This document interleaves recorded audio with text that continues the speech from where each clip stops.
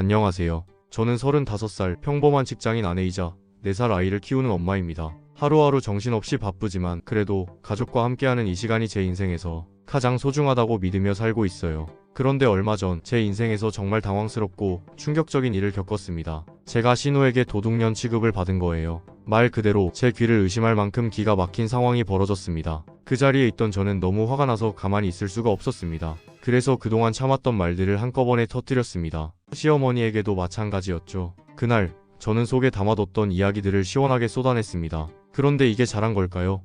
아니면 제가 너무 욱한 걸까요? 지금도 머릿속이 복잡합니다. 그래서 이렇게 글을 쓰게 됐습니다. 저와 남편은 4살 차이가 납니다. 나이 차이가 그리 크진 않지만 저희는 처음 만났을 때부터 참 잘 맞았어요. 연애할 때 남편은 늘 저를 세심하게 챙겨주고 사소한 것도 놓치지 않는 사람이었죠. 회사에서 힘든 일이 있을 때면 남편은 제 얘기를 묵묵히 들어주었고 피곤한 몸으로도 괜찮아, 오늘도 고생했어 라고 말해주곤 했습니다. 그때마다 저는 이 사람이라면 평생을 함께해도 좋겠다는 확신이 들었어요. 연애 중에 재미삼아 사주 카페를 간 적이 있습니다. 사실 저는 이런 걸 잘 안 믿는 편인데 그날은 남편이 하도 재밌게 가자고 해서 따라갔죠. 그곳에서 점쟁이가 이런 말을 했습니다. 두 사람 궁합이 아주 좋은 건 아니에요. 그런데 묘하게 사이 좋은 오누이 같은 부부가 될 팔자입니다. 그 말에 우리는 한참을 웃었습니다. 저는 속으로 오누이 같은 부부라니 그게 뭔 말이야 라고 생각했지만 지금 돌이켜보면 그 말이 틀린 것도 아니었어요. 우리는 지금도 편안하고 친구처럼 때로는 남매처럼 지냅니다. 그만큼 서로를 존중하고 배려하는 관계였죠. 남편에겐 여동생이 한 명 있습니다. 신우예요. 나이는 저보다 1살 많지만 남편과는 4살 차이니까 자연스럽게 저와는 존댓말을 쓰는 사이가 됐습니다. 처음에는 저도 신우에게 깍듯이 대하려고 노력했어요. 예의는 기본이라고 생각했으니까요. 신우는 저희보다 훨씬 일찍 결혼했습니다. 제가 남편을 만나기도 전에 이미 가정을 꾸렸죠. 그래서 저는 남편을 통해 신우 이야기를 종종 들었습니다. 그리고 결혼 후 본격적으로 신우를 마주하게 됐을 때 처음에는 큰 불편함이 없었어요. 그냥 조심스럽게 거리를 두면서도 가족이니까 잘 지내려고 했죠. 그런데 신우와 저는 살아온 환경도 생활 방식도 너무 달랐습니다. 신우는 결혼 후 줄곧 전업주부로 살았습니다. 반면 저는 아이를 낳기 전부터 계속 직장을 다녔고 출산 후에도 워킹맘으로 살고 있어요. 집안일과 육아에 전념하는 신우, 그리고 회사와 육아를 동시에 책임져야 하는 저. 이 차이가 처음에는 별일 아닌 것 같았지만 결국 시간이 지날수록 갈등의 씨앗이 되었습니다. 신우는 사실 결혼하기 전부터 저를 은근히 무시하는 태도를 보였습니다. 처음 만났을 때도 그랬어요. 말투는 친절한 듯 했지만 뉘앙스에는 항상 뭔가 깔려 있었습니다. 어린애 아직 세상 물정 잘 모르지? 라든가 결혼 생활이 얼마나 힘든지 아냐? 이런 식으로 웃으면서 던지는 말들이 자주 있었죠. 저는 처음엔 크게 신경 쓰지 않았습니다. 왜냐하면 그때는 제가 정말 잘 몰랐으니까요. 어쩌면 사실이기도 했거든요. 저도 제 부족함을 알았으니 그 말을 기분 나쁘게 받아들이진 않았습니다. 그저 결혼하면 나도 배우겠지 하는 마음이었죠. 저는 대학을 졸업하고 줄곧 직장을 다녔습니다. 일과 사람을 상대하는 데는 자신 있었지만 시댁 대소사 준비는 저에게 생소한 일이었죠. 반대로 신우는 결혼한 지 오래된 전업주부였습니다. 명절 음식부터 집안 행사를 챙기는 일까지 이미 수년간 해온 전문가였어요. 그 차이를 저는 잘 알았기 때문에 처음엔 신우의 조언을 겸손히 받아들였습니다. 하지만 그 겸손이 오래가진 못했죠. 왜냐하면 신우의 말투는 시간이 지날수록 조언이 아니라 지적에 가까웠으니까요. 결혼 초기 명절이 다가오면 저는 늘 긴장했습니다. 시댁에서 제사가 있거나 큰 행사가 있을 때마다 남편과 함께 부랴부랴 시댁으로 갔죠. 처음부터 끝까지 열심히 하려고 마음먹었습니다. 못한다는 말은 절대 듣지 말자, 이게 제 목표였어요. 하지만 처음엔 정말 아무것도 몰랐습니다. 제사 음식은커녕 명절 음식 한 번 제대로 해본 적이 없었거든요. 남편도 저와 다를 바 없었습니다. 둘 다 초보였으니 자연스럽게 시어머니와 신우의 지시에 따라 움직일 수밖에 없었습니다. 그날 기억이 아직도 생생합니다. 주방에 들어가자마자 신우의 목소리가 들렸어요. 전부터 붙여요. 불은 약하게. 밀가루는 너무 많이 묻히지 말고. 말투가 딱딱했습니다. 저는 당황했지만 네 알겠습니다 하며 재료를 챙겼습니다. 그런데 뭔가 잘못될까 봐 조심하다 보니 전이 덜 익었어요. 그걸 본 신우는 얼굴을 찌푸리며 이렇게 말했죠. 아니 전 하나 붙이면서 이렇게 못해? 불 조절하면서 하면 되잖아. 그 목소리에 담긴 신경질적인 뉘앙스를 저는 잊을 수가 없습니다. 속으로는 처음 하는 사람한테 저렇게 말해야 하나?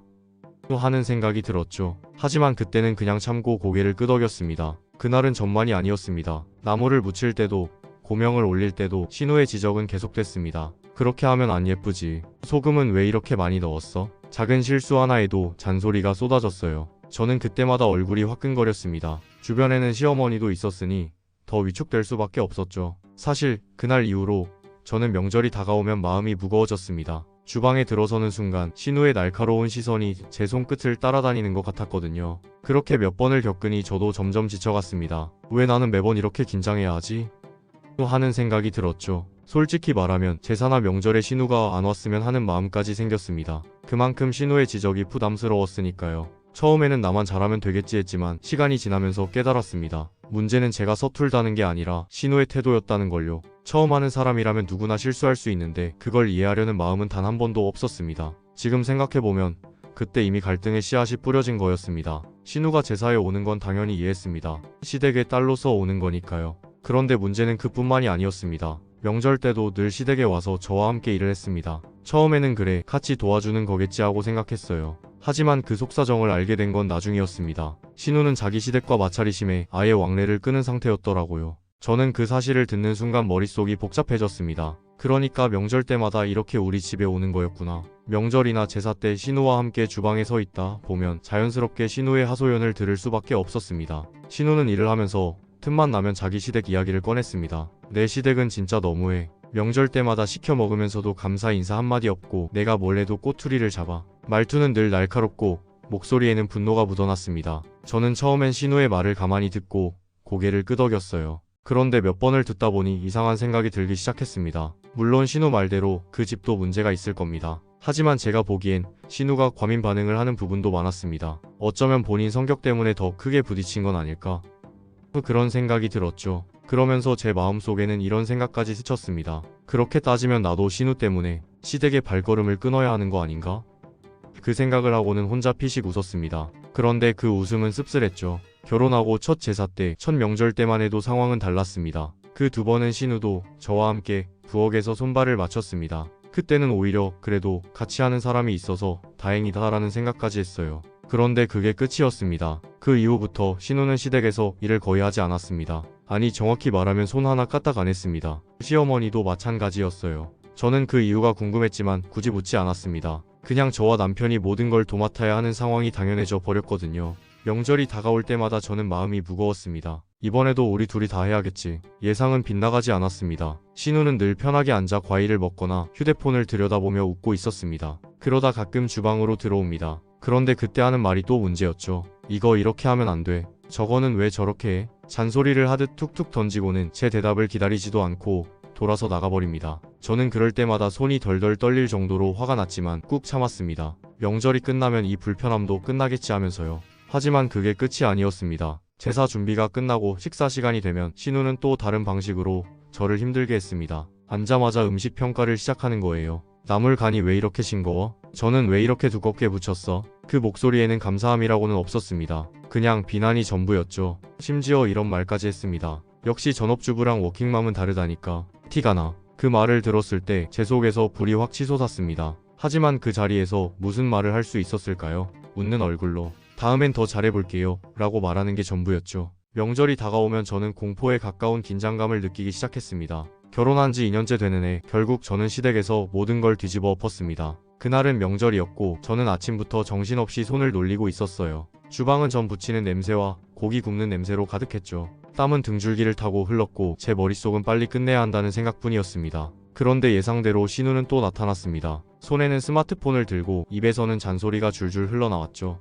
이거 너무 두껍지 않아? 나물은 왜 이렇게 색깔이 칙칙해? 저는 깊게 숨을 참고 대답했습니다. 다음엔 더 신경 쓸게요. 그런데 그게 끝이 아니었어요. 앉자마자 음식 하나하나를 평가하는 겁니다. 그 목소리가 제 귀를 찢는 것 같았어요. 그때 남편이 옆에서 듣다 못해 말을 꺼냈습니다. 누나 제발 좀 그만해. 일도 안 하면서 그런 지적 계속하면 누가 좋겠어? 그런데 그 순간 신우의 눈이 번쩍였습니다. 뭐? 이거 내가 하고 싶은 말이야? 아니면 내 마누라가 시켜서 하는 거야? 그 말에 저는 피가 거꾸로 솟는 기분이었어요. 억울함과 분노가 한꺼번에 치밀어 올라 결국 입을 열었습니다. 시킨 적 없어요. 하지만 솔직히 말할게요. 음식은 하나도 안 하고 앉아서 평가질만 하는데 사람이 짜증 안 나겠어요? 제 목소리는 떨렸지만 한 글자도 삼키지 않았습니다. 신우는 제 말이 끝나자마자 손을 허리에 얹고 소리를 질렀습니다. 나는 여기가 친정이야. 왜 내가 여기 와서 일을 해야 돼? 그 말에 저는 피식 웃었습니다. 그럼 명절인데 왜 여기 있어요? 자기 친정이 아니라 시댁에 가야 하는 거 아니에요? 제 목소리는 낮았지만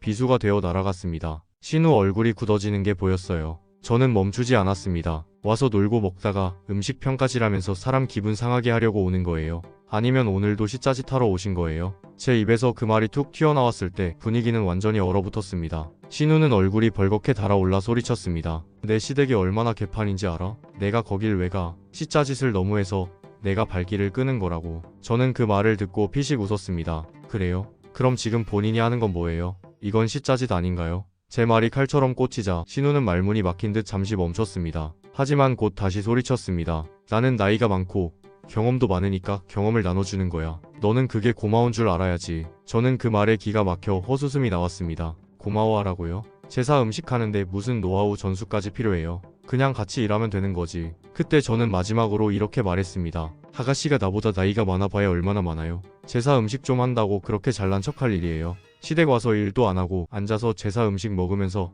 반찬 투정하는 게 시짜짓 아니면 뭡니까? 저는 웃으면서 말했지만 그 웃음은 싸늘했습니다. 순간 신우의 얼굴은 분노로 새빨갛게 물들었고 고래고래 소리를 질렀습니다. 그 소리에 시어머니가 부엌으로 뛰어왔습니다. 너 말이 너무 심하다. 시어머니의 목소리에는 분노가 섞여 있었지만 저는 물러서지 않았습니다. 그동안 쌓였던 것들이 한순간에 터져 나왔으니까요. 그때 남편이 제 손을 덥석 잡았습니다. 그리고 시어머니를 향해 단호하게 말했죠. 엄마, 제 아내가 틀린 말 했나요? 저는 오히려 제 아내가 참아준 게 고맙습니다. 이런 자리에서 이제 더는 못하겠어요. 남편의 목소리는 떨림이 없었습니다. 그 한마디에 거실 공기가 무겁게 내려앉았습니다. 신우는 여전히 소리를 질렀지만 남편은 저를 데리고 현관으로 향했습니다. 가자. 그 말에 저는 아무 말 없이 신발을 신었습니다. 문을 나서는 순간 제 귀에는 여전히 신우의 고함과 시어머니의 탄식이 섞여 울렸습니다. 하지만 이상하게도 제 발걸음은 가벼웠습니다. 두려움 대신 후련함이 밀려왔으니까요. 그날 사건 이후 신우는 확실히 예전처럼 노골적으로 잔소리를 퍼붓는 일은 줄었습니다. 하지만 근본적인 성격까지 바뀌진 않았어요. 여전히 뒤에서 남을 비판하는 버릇은 그대로였습니다. 누가 뭘 하든 마음에 조금이라도 안 드는 게 있으면 반드시 입을 열어야 직성이 풀리는 사람 같았어요. 저는 속으로 늘 이렇게 생각했습니다. 사람이 살다 보면 마음에 안 드는 일이 생길 수도 있지. 그렇다고 그걸 다 입 밖으로 꺼내야 해? 그 부정적인 말 한마디가 분위기를 얼마나 깨는지 모르는 걸까? 하지만 신우는 그런 걸 아예 의식하지 못하는 듯 했습니다. 아니, 어쩌면 의식하면서도 일부러 그러는 건지도 몰라요. 자기가 우월하다는 걸 확인하려는 듯 했으니까요. 저는 속으로 이렇게 중얼거렸습니다. 시댁에서나 보는 사람이니까요. 시부모님도 계시는데 매번 싸울 수도 없는 노릇이죠. 그래서 저는 그냥 그러려니 하기로 했습니다. 마음속에 담아두는 게 속 편했으니까요. 그러던 얼마 전 정말 황당한 일을 겪었습니다. 신우와 함께 마트에 갈 일이 있었거든요. 각자 장을 보고 계산은 따로 했습니다. 저는 먼저 계산을 마치고 카트를 밀고 나와 신우를 기다렸죠. 몇 분 뒤 신우가 계산을 마쳤는지 카트를 끌고 나왔는데 그 카트 안에 뭔가 낯선 물건이 보였습니다. 작은 박스였어요. 순간 저는 이상하다는 생각이 스쳤습니다. 저건 뭐지? 아까 카트에 없었는데? 그런데 그 박스를 본 캐셔가 신우에게 다가와 물었습니다. 손님, 그건 왜 계산을 안 하고 가져가세요? 그 말에 신우 얼굴이 순식간에 굳어졌습니다. 그리고 곧이어 제가 상상도 못한 장면이 펼쳐졌어요. 신우는 눈을 치켜뜨고 캐셔를 노려보더니 마치 큰 모욕이라도 당한 사람처럼 소리쳤습니다. 뭐라고요? 제가 계산을 안 했다고요? 지금 저 도둑 취급하시는 거예요? 그 목소리가 마트에 울려 퍼졌습니다. 저는 심장이 철렁했지만 차분하게 상황을 살피려 했어요. 캐셔는 시어머니 연세쯤 되어 보이는 분이었습니다. 얼굴이 하얗게 질려서는 급히 손을 저으며 말했죠. 아, 죄송합니다. 제가 오해했어요. 확인해 보겠습니다. 신우는 지갑에서 계산서를 꺼내번쩍 보여주며 이렇게 말했습니다. 여기 있어요. 눈도 안 달렸어요. 확인도 안 하고 말을 그렇게 해요. 그 말투는 날카로웠고 사람들의 시선이 하나둘 우리 쪽으로 쏠렸습니다. 저는 속으로 제발 그만해. 제발하고 기도했어요. 캐셔는 계속 사과하며 확인됐으니 가셔도 돼요라고 말했습니다. 그런데 신우는 거기서 멈추지 않았습니다. 확인됐으니 가라? 그럼 당신이 허락해야 내가 갈 수 있다는 거예요. 내가 뭘 잘못했다고. 목소리가 점점 커지자 근처에서 계산하던 사람들이 다 쳐다보기 시작했습니다. 저는 얼굴이 화끈거려서 도저히 못 버티겠더군요. 결국 신우 팔을 붙잡고 말했습니다. 그만해요. 이제 가자. 그런데 신우는 제 말을 무시하고 캐셔를 향해 말꼬리를 붙잡고 또 따졌습니다. 당신이 오해했다고 해서 끝나요? 나한테 사과 제대로 했어요? 저는 더는 못 참겠다는 생각이 들었어요. 저는 억지로 신우를 카트와 함께 출구 쪽으로 끌고 갔습니다. 시댁에 도착하자마자 저는 조금이나마 긴장이 풀릴 줄 알았습니다. 그런데 아니었습니다. 신우는 현관문을 열고 들어가자마자 아까 있었던 마트 사건을 다시 꺼냈습니다. 거실 소파에 앉자마자 손을 휘두르며 말했죠. 아니, 그 캐셔 진짜 뭐야? 내가 언제 계산 안 했어? 사람을 뭘로 보는 거야? 목소리는 여전히 날카롭고 표정에는 분노가 그대로 남아 있었습니다. 저는 속으로 한숨을 쉬었습니다. 이제 그만 좀 하지. 그런데 신우는 멈추지 않았습니다. 내가 계산서까지 보여줬는데도 사과하는 태도 보니까 진짜 기가 막히더라니까. 내가 그런 취급을 당해야 돼? 저는 더는 못 참겠다는 생각이 들었습니다. 조심스럽게 말을 꺼냈죠. 아가씨, 계산할 때 그거 밖에서 산 거라고 말했으면 오해가 없었을 거예요. 캐셔 입장에서는 모를 수도 있잖아요. 저는 최대한 부드럽게 말했지만 신우 얼굴이 확 굳어지더니 갑자기 저를 향해 고함을 질렀습니다. 너 미친 거 아니야? 네가 당해봐. 도둑 취급당하는 게 얼마나 기분 나쁜지 알아? 그 말에 저는 심장이 철렁했지만 곧바로 말을 이어갔습니다. 아가씨, 저는 누구 편을 드는 게 아니라 상황을 객관적으로 말하는 거예요. 누가 봐도 오해할 수 있는 상황이었잖아요. 그럴 땐 그냥 오해 풀고 끝내면 되는 거죠. 그때 시어머니가 나섰습니다. 얘야, 가족끼리는 편을 들어줘야지. 네가 누구 편이야? 왜 내 형님 편을 안 들어? 그 말에 저는 할 말을 잃었습니다. 하지만 곧바로 대답했죠. 어머님, 그게 편을 드는 문제가 아니에요. 누가 봐도 그 상황은 오해할 수밖에 없었어요. 밖에서 산 물건을 미리 말하지 않았잖아요. 그런데 그걸로 엄마 뻘 되는 아주머니한테 소리 지르고 반말을 하는 게 그게 정상이에요. 저는 그게 더 이해가 안 돼요. 남편은 옆에서 조용히 듣고 있다가 마침내 입을 열었습니다. 누나, 나도 한마디 할게. 그 캐셔 아주머니가 오해한 건 잘못 맞아. 하지만 그건 단순한 실수야. 오해 풀면 끝나는 일이잖아. 그런데 내가 갑자기 목소리 높이고 손님이랍시고 갑질하듯 하는 건 뭐야? 남편 목소리는 단단했고 그 말은 신우의 말줄기를 끊어버렸습니다. 신우는 입술을 깨물고 남편을 노려봤지만 남편은 멈추지 않았습니다. 잘 생각해봐. 내가 기분 나빴을 순 있어. 하지만 내 잘못에 비하면 그 캐셔 아주머니 잘못은 반도 안 돼. 그런데 네가 오히려 큰 소리를 쳤잖아. 그게 말이 돼? 그 순간 거실은 얼어붙은 듯 조용해졌습니다. 저는 옆에서 그 말을 들으며 속이 조금 풀렸습니다. 그동안 남편이 제 편을 들어준 적이 많았지만 이렇게 명확하게 정리해준 건 처음이었으니까요. 시어머니는 여전히 못마땅한 얼굴이었고 신우는 씩씩거리며 고개를 돌렸습니다. 저는 결국 시어머니를 똑바로 바라보며 차분하게 말했습니다. 어머님, 결국 그 아주머니는 사과했잖아요. 그런데 신우는 사과는커녕 끝까지 기분 나빠하기만 하다가 돌아왔어요. 제가 아무리 가족이라도 그 상황에서 어떻게 신우 편을 들 수 있겠어요. 저는 한숨을 내쉬며 말을 이었습니다. 요즘 세상에서 손님 갑질, 진상 손님 말 정말 많잖아요. 저는 그런 사람들이 제일 싫어요. 그런데 오늘 아가씨가 한 행동이 딱 그거였어요. 그걸 제가 편들면 저도 똑같은 사람이 되는 거잖아요. 그래서 편을 들 수 없었던 거예요. 제 말이 끝나자 신우 얼굴이 벌겋게 달아올랐습니다. 하지만 신우는 한 발도 물러서지 않았습니다. 내가 뭘 그렇게 잘못했는데? 그 말투는 여전히 뻔뻔했고 그 표정은 세상 억울하다는 사람 같았습니다. 저는 속으로 피식 웃었죠. 이 사람은 정말 끝까지 자기 잘못을 모르는구나. 그때 남편이 또 입을 열려고 했습니다. 그 목소리가 들리자 저는 남편을 향해 손을 들며 말했죠. 잘못을 알고 싶지 않은 사람한테 백날 얘기해봤자야. 그만해. 제 목소리에는 살짝 비아냥거림이 섞였습니다. 그리고 저는 마지막으로 이렇게 덧붙였습니다. 이제 됐어. 더 말해봤자 시간 낭비야. 그 말이 떨어지자 신우 얼굴이 굳어졌습니다. 그 표정이 참 가관이었어요. 입술을 꼭 깨물고 눈동자가 흔들리는 게 뚜렷이 보였습니다. 속으로는 이렇게 중얼거렸습니다. 맨날 남들 비난하면서 자기는 절대 잘못이 없는 사람처럼 말하더니 결국 본인 앞에 거울이 놓이니까 아무 말도 못하네. 저는 마음속으로 신우를 평가했습니다. 이 사람 정말 내로남불의 표본이구나. 이번 일을 겪고 저는 확신했습니다. 절대 변할 사람 아니야. 죽었다 깨어나도 성격 안 바뀐다. 아마 신우는 오늘 있었던 일을 자기 잘못으로 생각하지도 않을 겁니다. 그냥 캐셔가 예의 없었다는 결론만 머리에 남겠죠. 그게 더 어이없었어요. 하지만 이상하게도 저는 더 이상 두렵지 않았습니다. 아니, 솔직히 말하면 조금 기대가 됐습니다. 그동안은 시댁에 갈 생각만 해도 신우 때문에 머리가 아팠습니다. 오늘은 또 뭐라고 트집 잡을까?